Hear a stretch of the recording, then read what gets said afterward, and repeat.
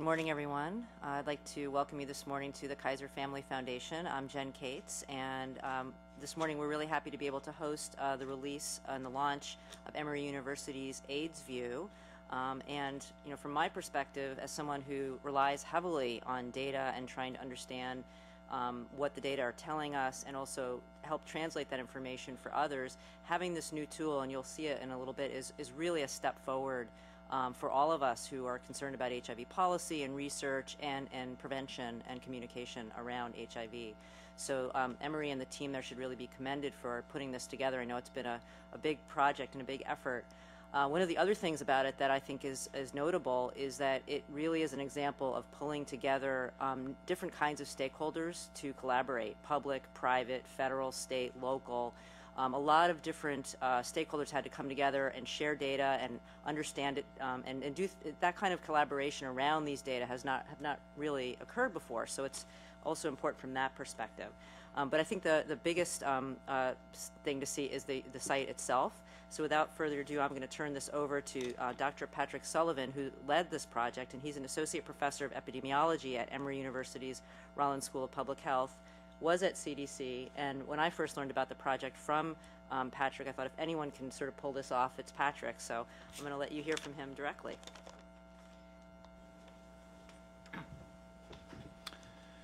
Thank you very much, Jen, and thanks to all of you for coming.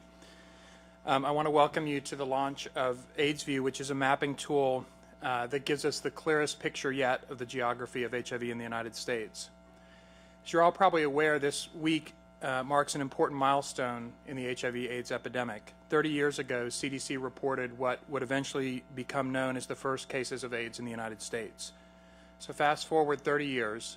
Today, more than 1 million people are living with HIV in the United States. About 56,000 people are newly infected with HIV each year, and CDC estimates that about 20% of those living with HIV are unaware of their HIV status. So as this fourth decade in the fight against HIV begins, AIDSVu allows us to take stock of the epidemic in a way that we haven't seen it before. It's a snapshot 30 years in of where the disease is most prevalent. We're launching AIDSVu to provide a high-resolution view of the geography of the geography and communities affected by HIV in the United States. So the website is aidsvu.org. And this is an online tool that shows the prevalence rate and total number of people living with an HIV diagnosis in the United States in 2008 at the state and county levels. We've worked with all 50 state health departments for over a year. All 50 state health departments submitted requests to CDC to prepare their data to be included in the maps. The result is that we've pulled together a view of the epidemic with an unprecedented level of detail and data quality.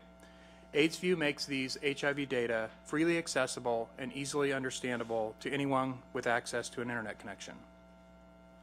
So the data that are presented here, that I'll give you a tour of in just a moment, let us see the epidemic with a fresh perspective, and they illustrate several important realities of the HIV epidemic at 30 years. First, as we'll see on the maps, AIDSVu demonstrates that although the first HIV cases were mostly in large urban areas, today, nearly every area in the country is affected. And we'll see some highly impacted, sort of dark red in the map shading areas that are spread across the country. And they underscore the importance of everyone aged 13 to 64 being tested for HIV as CDC recommends. Second, the maps of HIV rates by race, which I'll show you in a moment, show that the disparities in HIV epidemics among Black, Hispanic, Latino, and white Americans impact the whole country, both our cities and our rural areas. And finally, I'll show you state-level data on the estimated number of people with HIV who are diagnosed in the late stage of HIV disease. This information stresses the need for increased availability of earlier HIV testing. Nationally, it's estimated that 1 in 3 HIV diagnoses are made late, when treatment may be less effective. We've also recently learned that starting HIV treatment late is a critical missed opportunity to reduce risk of HIV transmission to partners. Because of these issues of late diagnosis and the need for further testing, because these are such important issues, AIDSVu not only shows where HIV is today, but it also provides a testing site locator so that users can locate a convenient testing facility. So with that, I'd like to give you a sort of walkthrough of the site.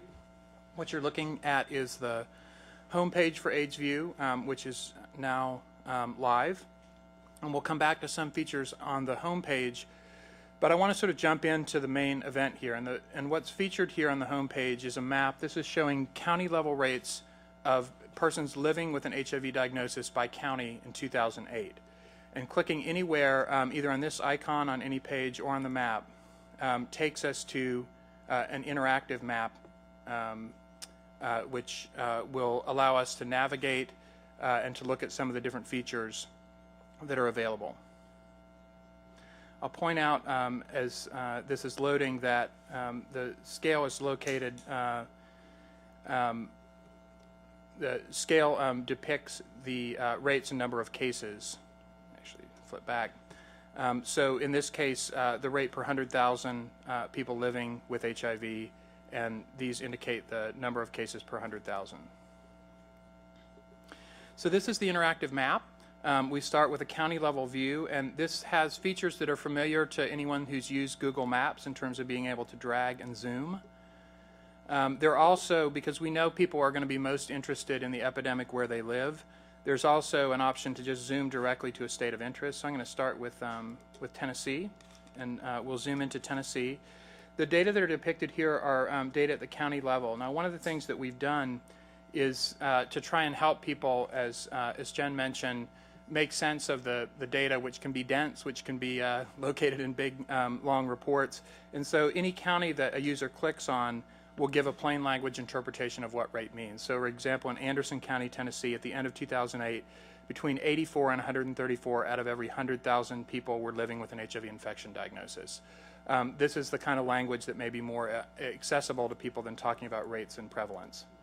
I also want to illustrate here that the map can be used. I've just turned on HIV testing sites, and we're going to zoom in around Knoxville, Tennessee, and users can navigate around and in their area find a place to be tested. And so these are examples of testing sites. I'll show you positive East Tennessee, and by clicking here I get information about hours of operation, the testing requirements, services offered, and also mapping, so a user can email themselves the location of the map and can also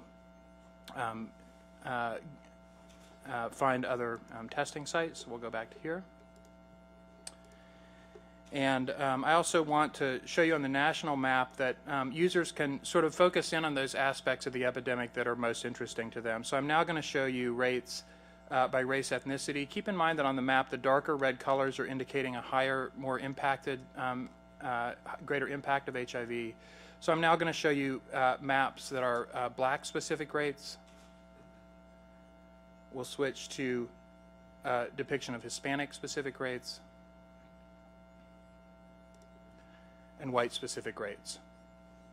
This underscores one of the points that I made earlier, which is that these disparities in HIV by race ethnicity aren't just confined to urban areas, but they really are prevalent disparities across the country. So I'll go back to overall rates. I want to show you another feature. One of the things that we've tried to do with this site is to let users see data sort of with important context. And so we're going to take a look here at the Mississippi River Valley, an area that has quite high rates of prevalent HIV. And we can also turn on data on poverty rates by county. So this now allows us, using a sort of Web 2.0 approach, to mash up data. So what you're now looking at is the intensity. The color represents the severity of the HIV epidemic in these areas, and the numbers represent poverty. This is a way of trying to relate what we know about social determinants of health and the important role of poverty to the actual data about HIV prevalence. One of the important things about the map, and that I'll emphasize again at the end of my comments, is that AIDSVu is important information that can lead to action, but just looking at the map isn't enough. And so we've tried to build in ways for people to look at this map, understand what's going on in their community, and then take appropriate action. So we're going to take a look at California now. And one of the other overlays here is that users can see NIH-funded prevention research. And so these tags indicate where NIH supported either vaccine trials network or prevention trials research is going on. And here we can link, and we see at the VTN site in Los Angeles, and users can follow this through, for example, to join a study. I'm going to go back to the main map here, and I want to show you one other feature, which is that we also have state profiles for every state, and I'll take a look at New York's profile. So these are really sort of place where data at the state level reside. On the left side is just some sort of quick facts and figures about population, total people living with an HIV infection diagnosis. For all the states that requested to release it, there's also estimated percentage of adults diagnosed with AIDS within 12 months of initial HIV infection. This is a marker of late testing. And nationally, about 1 in 3 people diagnosed with HIV is diagnosed within a year of developing AIDS. Percent below the poverty line, the current waiting list for ADAP, and this is updated as frequently as new data are available. On this side are something that's really important, I think, to our understanding of disparities in the epidemic, which are the prevalence rate ratios. These are the ratios of rates on this first line, for example, for black to white men living with an HIV infection diagnosis. That's almost 7 to 1. And for black to white women, 21 to 1 in the state of New York. Every state has these data presented. Information about the racial ethnic makeup, STD rates. Again, the epidemics of HIV and STDs go hand in hand, and so it's an important piece of context to understand what's going on with STDs, as well as contacts for officials in the HIV, STD, and viral hepatitis programs. I just want to quickly highlight an area of a website that we usually don't go to, which is all that fine print along the top and bottom. But I want to show you the data sources, because I think a guiding principle of this site for us has been, as Jen mentioned, first collaborating with stakeholders at every level, so city health departments, state health departments, with CDC, and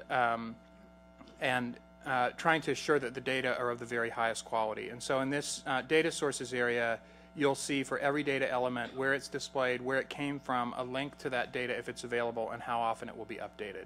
And this is part of our commitment to transparency and accuracy of data on the site.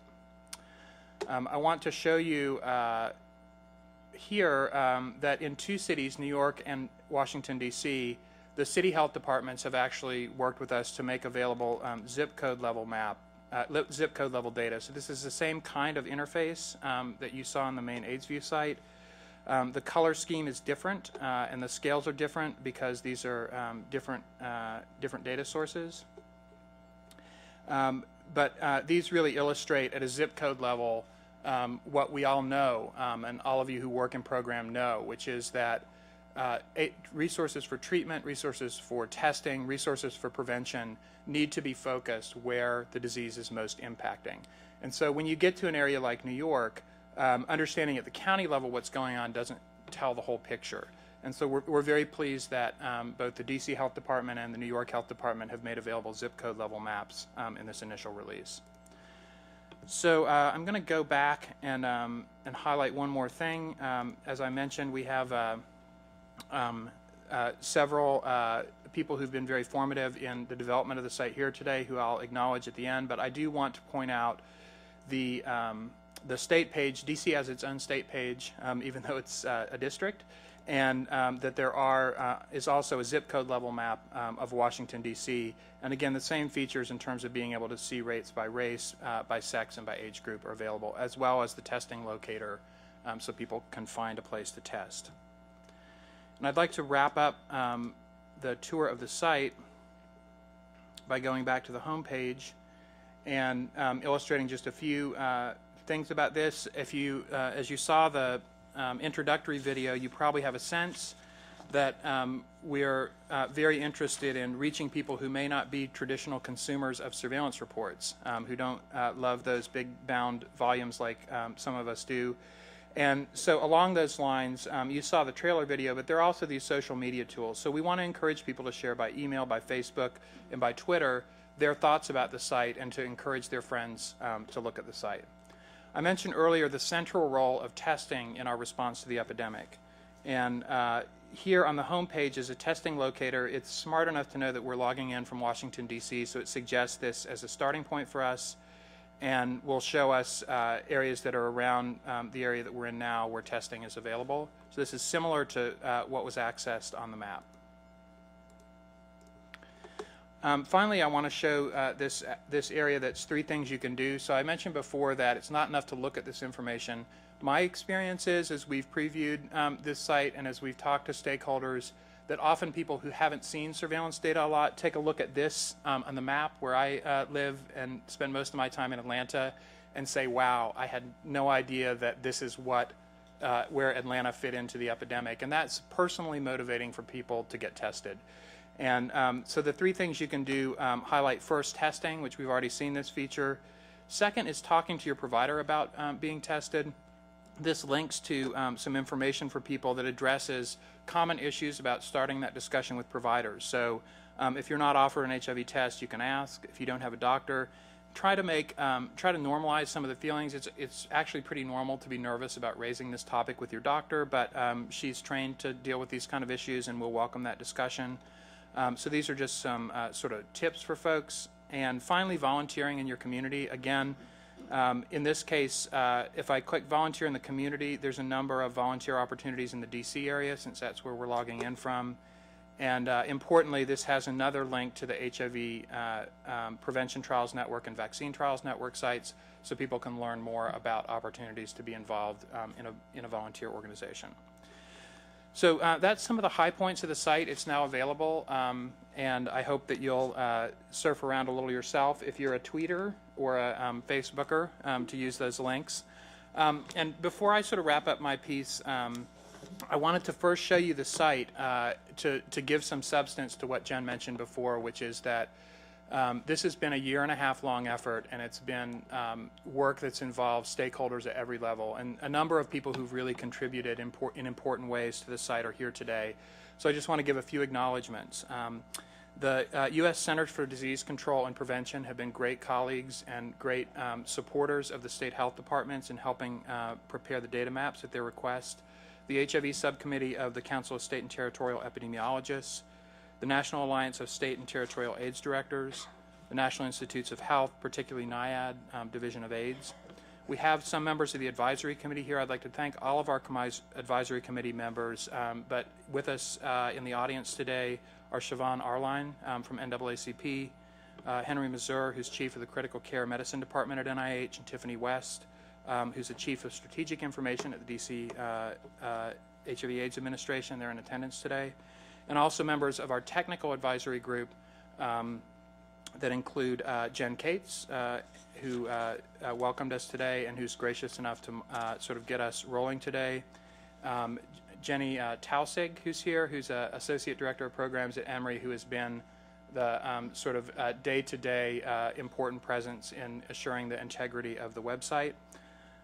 We also have a Prevention Advisory Committee. Greg Alton of Gilead Sciences is with us today, and we appreciate him being here. And our speakers who will be introduced later. So thanks to all of these folks who've played such a critical role. So I want to invite all of you to visit AIDSVu.org and learn about how HIV impacts your community, and as we discussed, importantly, to take action. Share the tool with your family, your friends, your neighbors, your colleagues. Visit an HIV testing center near you and talk to your doctor about routine testing, or volunteer in your community. We hope that AIDSVu will be an important tool to help us limit the spread of the HIV/AIDS epidemic and to focus treatment, prevention, testing, care resources where they're needed most. Tools like AIDSVu let us harness the power of information to help reduce the impact of HIV/AIDS in our communities. And by promoting early diagnosis of HIV and linkage to care for those who are living with HIV, we hope to literally change the map of HIV in the United States. Thank you for your attention, and I'm going to introduce some further speakers. And I have the honor of introducing Jeff Crowley, who's the Director of the Office of National AIDS Policy. Under Mr. Crowley's guidance, the Office of National AIDS Policy has successfully launched the National HIV/AIDS Strategy, and this is a comprehensive, coordinated roadmap for HIV prevention. So we appreciate your leadership in this regard, and we especially appreciate you joining us this morning to comment on the role of data in guiding implementation of the national strategy. Thank you. Thank you, Patrick. Hello, everybody. I actually wanted to join you today to sort of lend my support for this new initiative and acknowledge the important work of Dr. Sullivan and Emory University. I do think it's a really important tool that will help us in our work to implement the National HIV/AIDS strategy. So, I think many of us are in a sort of reflective mood, or as we think about, this 30th anniversary milestone and what it means. And I think, we've made a lot of great progress as a country and as a world, and I think a lot of good things are happening. But one of the things we can reflect on is, though we have a lot of data, we don't always have the data and the tools that we need to respond to the HIV epidemic as we're facing today. And so I think AIDSVu is an important new tool that hopefully will help our efforts. Now, and in our strategy, the President gave us 3 main goals: reducing the number of new infections, increasing access to care, and reducing HIV-related health disparities. In each of those areas, we identified a small number of key action steps. And one of the key action steps we identified is that we really need to focus on the populations and communities at greatest risk. So unlike some places in sub-Saharan Africa where they've generalized epidemics, we have a series of concentrated epidemics here. And so if we're going to get better results for the American people, we really need to focus. And that has a geographic element, both focusing on the states that have a higher burden, but also the cities and communities, even down to the neighborhood level. So clearly, as you've just seen, that this AIDSVu is an important new tool in helping us see which communities are at greatest risk, and looking in our own communities to think about how we target our responses. There's also a population-based approach, and as we know, not all populations are affected equally. And so the important data on race, ethnicity, I think, is also an important contribution. One of the things that also excited me about this project, and some of you may have heard me before, I sort of have this mantra that not everything we need to do to respond to the HIV epidemic in this country needs to originate from the White House or the federal government. And so I was just really impressed with the partnership that Emory put together for this. They worked with CDC, but they also worked with states, and this is a voluntary thing, but they got such broad participation. It's really my hope that this partnership will blossom in the future, because I think this is great what they launched now, but I also think as more people see it and use the tool, I think it has the potential to evolve and grow into something even more useful. And then the last thing I want to say is that it is important to have data, and we need to be grounded in the evidence we have, but we also know that we're all facing revolution perhaps in how we use technology. So it's great to have the data, and they could have written a great report, but just having an interactive tool I think will make it more accessible to a wider range of people, but help people, whether it's policymakers or others, use these data in new ways to be effective. So again, I'm just really excited that we all have this great new tool we can all use together, and I just want to thank you for your good work.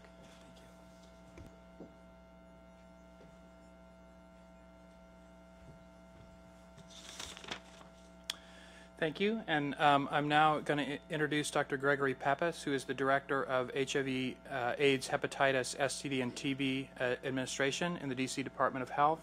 And as a backdrop, Dr. Pappas, to your presentation, I'm going to put back up our zip code level map of DC and invite you to share your thoughts. Actually, I wish you'd put up the regional data, but I'll tell you why. First of all, on behalf of our mayor, Vincent Gray, I'd like to welcome you to Washington, D.C., and first of all, congratulate Dr. Sullivan, Emory University, and AIDSVu for this great accomplishment.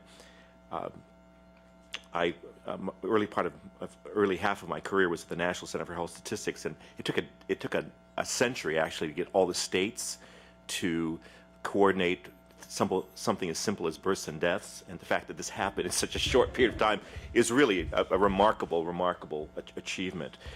I am most excited about this tool. I'm very excited about this tool from many perspectives, but what interests me most is its ability to view the epidemic on a regional basis. DC is increasingly becoming amalgamated with our neighbors. It's becoming an epicenter within a megacity that stretches from here to Boston. We are increasingly integrated socially, economically, demographically. Kids all over the region are meeting one another on their Facebook, jumping on the bus, on the megabus, going to New York City. It's a very different world we're living in. And the implication of having a tool that helps us look at planning, policy, targeting programs, and for clients to see where services are on a regional basis is a tremendous step forward. I'm a resident of the District of Columbia for over 20 years now. I was away for a couple of years, and I came back, was startled how transformed the district is socially and demographically. When D.C. Celebrated the rates of murder going down in the district and up in our neighboring jurisdictions in Maryland, it gave one pause. Of course, HIV is moving the same direction. We would suspect, and the social epidemiology, social geography of New York City tells us that around the country we have a suburbanization of poverty and a pushing of HIV out into the surrounding jurisdictions. So this tool will help us understand that important dynamic that's going to increasingly draw our attention and require regional collaboration. So with that, again, I'd like to congratulate Dr. Sullivan. Thank Jeff, as always, for being such a wonderful supporter. Actually, I want to thank Jeff for everything that he does. He's been a tremendous supporter of nationally and particularly here in D.C. Thank you.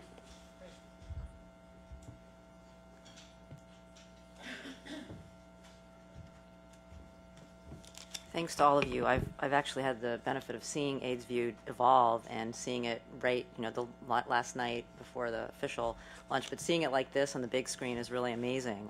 It's quite an accomplishment. So we have some time for questions, if people have questions for the panelists.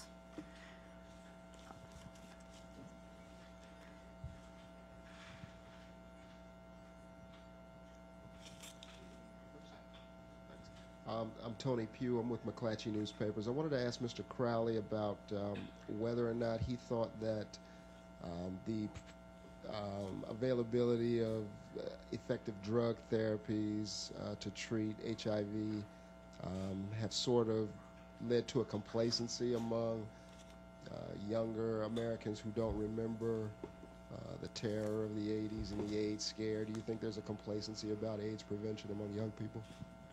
You know, I think there are some challenges, but I think we can be too quick to sort of label things as complacency. Certainly at the early years of the epidemic, people responded because they're afraid of HIV. I don't think any of us want to go back to those days that we saw the serious toll around us. So I think we're challenged in how we can maintain a long-term response and prevent HIV. We've never had better tools, but again, we're asking people to change their behavior, and we know from other contexts, whether it's weight loss or other things, it's hard for people to change their behavior and maintain this over a long period of time. So I think I wouldn't say it's complacency, but I think it's just more reflective of the fact that we've had some success in treatment, and what we're asking people to do is difficult.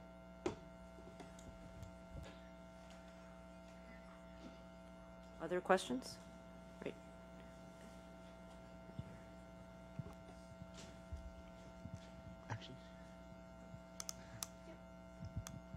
I was curious to know what kind of data was new or surprising that you found on the map. What was something significant that was new? Thanks for that question. I actually just want to sort of reflect back to what Dr. Pappas was talking about, because I've worked in HIV surveillance since 1994, and I've looked at these data at times in my life all day, every day. And I think what was different for me when the site came up live and we first saw it was exactly what Dr. Pappas was talking about, which is that because public health is organized around counties and states, and surveillance reports are organized around counties and states, that what we sometimes miss is the really interesting stuff that's at the intersection. So this regional view. What was most striking to me is, I guess the map, we're on DC, but this sort of corridor that really starts in the Northeast and runs along through the major cities, but also through the rural areas, that connect them, of impact, is something on a regional view that I'd never seen in that way before. And I think this really is the opportunity, which is to take information which has been collected over a long period of time with a great amount of care and which are great data, and to just look at it from another angle, because that stimulates us to have different discussions. We're having a discussion about sort of how urbanization into rural areas and how the development of these sort of corridors in the Northeast relate to the HIV epidemic, how that relates to poverty. I think these are great kind of conversations because we're talking about things in a different way, and I think that's helpful. Hi, Carl Schmidt with the AIDS Institute. Congratulations, Patrick, and your team on this work.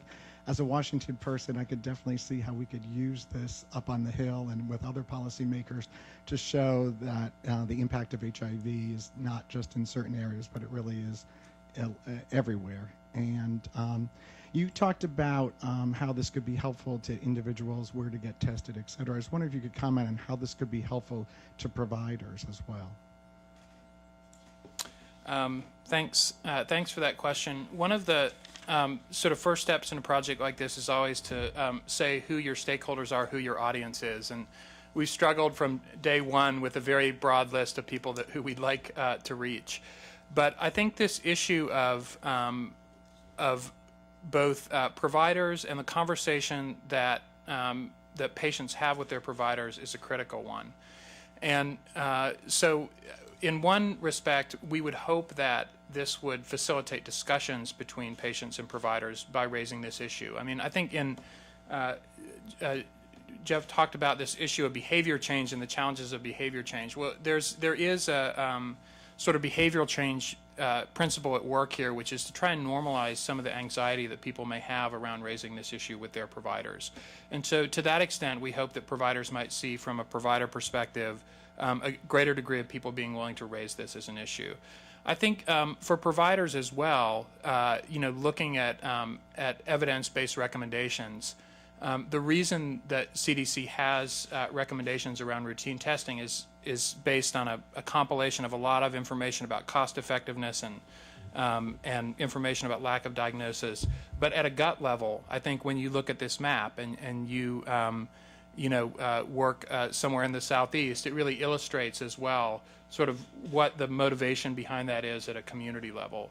So I think that many providers who have the perspective of seeing a certain subgroup of patients that come from within a community, that this may also give them another perspective about the environment in which they're practicing and sort of, again, a gut check on the rationale for routine testing recommendations. Thanks for that question. Okay. Put your hands up so we can see who has more questions. There, and then in the front over here. Yes. Thank you so much. Congratulations. I'm very excited. I agree with all the remarks. Tremendous tool, especially in this, on the eve of the 30th anniversary of responding to this pandemic. Two questions. I don't know if don't remember seeing Puerto Rico, if you have the data of Puerto Rico. And the second question is the Census 2010 data that I think will be important to match this with the new data and the shift of demographics, I think, that are relevant in the context of better targeted, better response to those challenges. And also I noticed that it was STIs or STDs, but I'm wondering if you're planning to add hepatitis, because it's a big epidemic as well that has been getting little resources and little attention, and I think would be meaningful. Thank you. Guillermo Chacon with Latino Commission on AIDS. Yeah, and Guillermo, it's great to have you here, and I actually am glad that you're here and want to recognize also Guillermo's participation in the advisory committee, which I did not before, and I apologize for that. Great questions, forward-looking questions. First, with respect to Puerto Rico, we do have Puerto Rico data on the homepage. There are a lot of what they say about sausage making. It's not a pretty process, but it turns out okay at the end. I mean, the process of trying to put together a website teaches you all kinds of things that you hope not to learn, but about different browser sizes and how things come up. So Puerto Rico and Alaska and Hawaii, because if we oriented the map to show all of them, the continental U.S. looked quite small. There are hyperlinks to those data on the bottom of the first page, and I didn't illustrate them. It's important to note that Puerto Rico is an area that doesn't have counties, and so the sort of county level feature is less useful. And this is true when you're thinking about cities. For example, Los Angeles has spas, which are service provision areas. DC has wards. And this is part of a forward-looking challenge of figuring out what the common metrics are and how to orient that. The second question was about 2010 census data, and we sort of reflected on the data methods page that all these data sources that we'd like to put together don't all proceed at the same pace, and then further the subgroups within census data arrive in different ways. And Jenny actually knows all the ins and outs of the data sets. And so to have a common standard for the launch, we use Jenny, you want to remind me? The 2008, but we will be updating those, and we have reflected in the data methods the frequency with which we'll do that. And finally, a question about hepatitis. So I'll say that you sort of hit on the forward-looking vision here, which is that people often have very interesting ideas about what they'd like to see together. I mentioned somewhere recently that one of the things that I've learned from Glee, of all things, is the term mashup. So mashup just being taking two things that you don't think would go together and putting them together, and sometimes you have something that's greater than the sum of those parts. And so I think the move, and people mentioned sort of how young people are interacting. Young people want to be able to look at what they're interested in and combine things. And so that's part of our vision, is to build a platform where you can put together and see HIV in the context. We started with poverty. We started to a limited extent with STIs, but hepatitis is another important one. And the challenges around that are, one, that to some extent within states and to some extent within other governmental institutions, that these are collaborations that have to be forged within institutions, and I think there's progress being made, but also that the types of data that are available are different, so we have to think about some other ways. How do you add that next dimension to the map?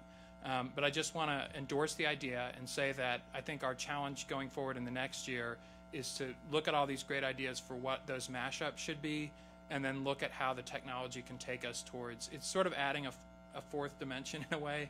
And so there are some technical questions to that too, but great ideas, and thank you for being here. Question was first over here, and then looks like there's two more over here. So. Good morning. You may have addressed this, and I may have missed it. If you don't mind revisiting it, please. But this is really a dynamic tool and a needed tool, but it only remains very helpful and beneficial in the maintenance part of it. So what is your goal in regards to, like adding additional service providers, different clinics such as that? What is your goal as it relates to adding zip codes to other states, especially in states that HIV is very prevalent? Great question. So first, with respect to maintenance, this is just an opportunity to say that I don't view this as launching a site, a thing that will sit there and we hope people come and use. I mean, this is surveillance. As we teach surveillance in schools of public health, we talk about it being systematic, ongoing, collection, analysis, dissemination. Tiffany West is nodding. And so I think because this is about surveillance data, we need to envision it as being a living thing that is going to be updated as new data become available. The HIV portion of that will be on an annual cycle in coordination with CDC and state health departments. But so it has to be maintained. With respect to your other questions, I do view this as a platform, and just as you saw those little check boxes for HIV testing sites, for NIH sites, there are all kinds of ideas about what else may be useful to see in conjunction with this. And so locations for treatment and other sort of prevention services are important. Locations for post-exposure prophylaxis, which is a real gap, and I'll acknowledge that these ideas aren't all mine, but so that people can know that there's also a place where you can find information about post-exposure prophylaxis in addition to testing. And so once the platform is in place, having discussions about what other kinds of services that we might want to be able to display and what those mashups can be is much easier from a technical point of view. At that point, it's a matter of finding the file with that information and the geo-coordinates of them and adding them. Now, I will say that I mentioned before, seeing information in different ways sometimes provokes a different discussion. And so there are great tools, and we've drawn on the resources of the National Prevention Information Network, NPIN, which is CDC supported around HIV testing locations. Seeing them mapped in this context, different people stakeholders who've been involved in the previews have said, seeing it this way makes me think maybe we should add this, or maybe there's an opportunity to, we have this other list, maybe there's an opportunity to integrate this. And so our goals are to have the best information available, but also to work within existing resources to build capacity. So If this does bring a different group of users who look and say maybe there's another testing center that we want to include, to establish lines of communication so that that information also gets back into national databases. And so AIDS.gov draws on that database, the thing where you can text in know it, or to get your in your zip code to get a testing location. Whatever information we have, we want to make sure that that is available in all the ways that people can learn about testing. So it is it's an ongoing effort, and from my perspective, after the launch today, Jenny and I might breathe for a day or two, but really the challenge of maintaining and continuing to build is no less than what it's taken to get to this point. Adding the zip codes in other states, really what's motivated a lot of our work with states and with CDC is that everybody in this endeavor starts with an understanding that we have to protect the privacy of individuals, that in those less densely populated counties, that we want there to be no possibility that someone could look on this map and somehow back engineer to think that there are 3 Asian Americans living in this county. And I think, so this sort of concern about privacy has been the first thing on the table from day one. And so I think that it's been a process of having discussions about what does it mean to protect privacy and what are the best ways to do that. And those discussions initially happened at the county level. And without getting too technical, I'll just say that it is a different and additional discussion at the zip code level. Now, in the case of DC and New York, because these zip codes have populations and population densities that may be typical of counties in some other places, that this sort of initial discussion around counties really applies to smaller geographic areas within cities. I think as has been reflected here, that ultimately to best direct prevention resources for community planning, for deploying our limited resources, that the finer a geographic view we have, the better. I'll also say that many cities, including DC, including San Francisco, including New York, have sort of beat us to the punch, really, in terms of using this information for local planning purposes. And so the additional challenge is, as I mentioned before, if you have wards, if you have spas, if you have these different units that relate to how you provide services or how services are allocated, that we also have to work that into the mix. So I'll just say, in the long term, our goal is to provide data at a level that's most useful to support community planning. But the first priority is always everybody being comfortable around respecting people's privacy. And so that is a direction and a discussion. I think that discussion will start with cities because of the population density issue.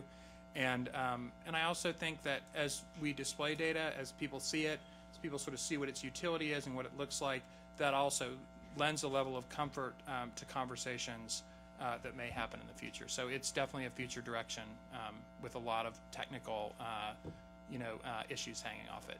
Thank you. We have time for a couple more, I think. Yes. There are 2 over here. Hi, my name is Lisa Fager-Bediaco with the Congressional Black Caucus Foundation, and I just have a simple question. Do you have any plans for doing an app or a tile for your website to promote use of AIDSVu? We actually have, I don't know all the terms, it's not a widget, is it a button? We actually have materials that we can share with you that actually can be put on your website to link people, and if we'll just check in with you right after to share those.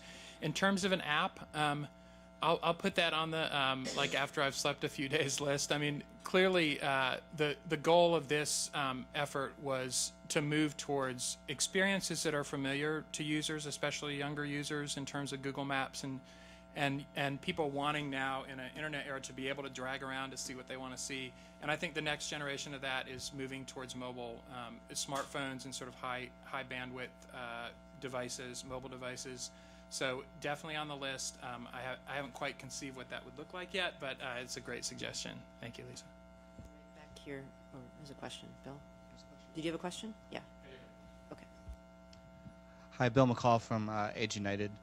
So I'm just wondering if you have an opportunity, maybe this is just a suggestion, and I congratulate you on creating what's obviously going to be a very useful tool, but to match up these with resources, including testing resources that are delivered maybe by the federal government, and to the extent that you can get private information as well as the Ryan White Care Act obviously puts about $2.1 billion forward for treatment, and I think it would be an interesting thing to do is to get treatment resources up there as well. So those are just suggestions for moving forward. I think this is obviously something that I hope will grow and evolve to reflect the entire epidemic.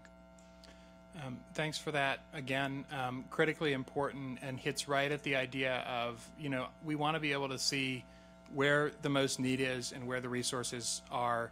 I think this already happens to a great extent in places like DC with great health departments at the local level, but I think the broader view here, in the broader view, it's helpful to be able to lay those things out and see them. So I absolutely agree with treatment resources as a priority. Any other last round of questions? Cornelius Baker, I'm AED and the National Black Immigrants Coalition. I just have a technical question. Can you, you didn't show this, can you do race, sex, and age?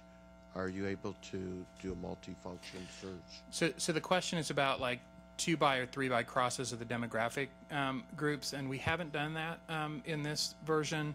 The motivation for that really has been around, again, this issue of privacy and the idea of that it's sort of an additional discussion around what the what those sort of subgroup criteria look like for not displaying data when there's a concern about indirect identification. So I think it's technically possible. I think we've just chose to start with a place where everybody was comfortable in the discussion about privacy, and so it's not a part of the site at this point. And I think again, it's an important thing to sort of be in dialogue about. And importantly, there's a contact us, I think, up there. Cornelius, you don't have to email me because we'll take note of this and carry it forward. But I think, if you go back and are engaging with the site and see something that says, like, this is something I think would really help our work, we hope that this will be very much of a dialogue, and that there's multiple ways, either by, for many of you here, getting in touch with Jenny or me, or for users who may just be coming to the site through the feedback, contact us to put those ideas together. And again, the criterion is what would help you do what you do better in your efforts, in this fight against the HIV epidemic. So again, a great suggestion and forward-looking, and we'll put that on the list that comes out of the gate today. Thanks, Cornelius. Just sort of understanding the epidemiology of HIV in America and its relationship to behavior and risk, you don't have transmission categories by behavior, whether sexual orientation or drug use or anything. What has been the thinking behind that? Right. That's also something that I can say we've already committed to and put on the tier 1 list for next year. There are some technical reasons why that was difficult in our initial approach, and I'll just say one of them is that these rates are presented per 100,000 population, and we don't have good estimates, for example, of the number of men who have sex with men at this level of geography. We don't have good estimates of the number of injecting drug users, and so by no means is this to minimize. I mean, if you look at the male rates versus female rates at pretty much any geographic level, you're going to see the disparity in male and female rates, and that excess is largely attributable to the prominence of male-male sex as a transmission risk. So it's not to minimize that to any extent. It really was, again, in terms of having a uniform sort of technical approach, and the lack of denominators limited us. But I'll say that this is feedback that we've had on our minds and been aware of throughout, and it's on the top tier to figure out how to best reflect the data that we do have. And what's been really helpful is when we get in our technical hole, because I said the first discussion we had was that the data will be right, the methods will be sound, this will be a place that people can trust the data.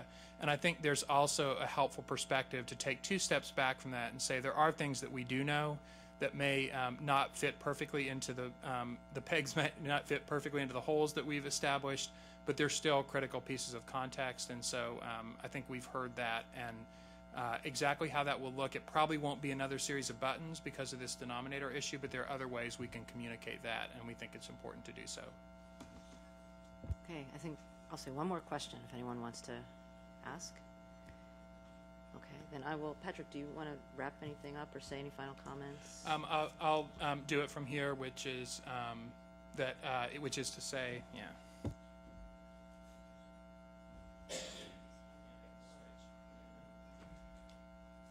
Yes, I wanted to give you a break to get water. That's it. So I just want to end by first thanking all of you who've come today to the launch, thanking all of you who've been involved and supportive in a lot of different ways since the beginning of this project, and thank Jen again for introducing us and for facilitating the use of this great space for the launch. And I'll sort of end just by reflecting on the comment from before, which is we might loosen the tie and come down a little bit for the afternoon in terms of this push to get the site launched. But this is an ongoing effort. I hope this will be an ongoing dialogue. I hope that each of you who've taken the time to come today will be in conversation with us about how to improve this and how to promote its use. We share, the people in this work, in this room, represent an amazing amount of commitment, smartness, dedication, and long hours to fighting the HIV epidemic. And we will just ask that you share a bit of that energy and smarts with us going forward as we maintain this site and try and make it better. So thank you again for being here with us today. And I'll close the launch and hope to be around for a little informal conversation, but thank you all for coming.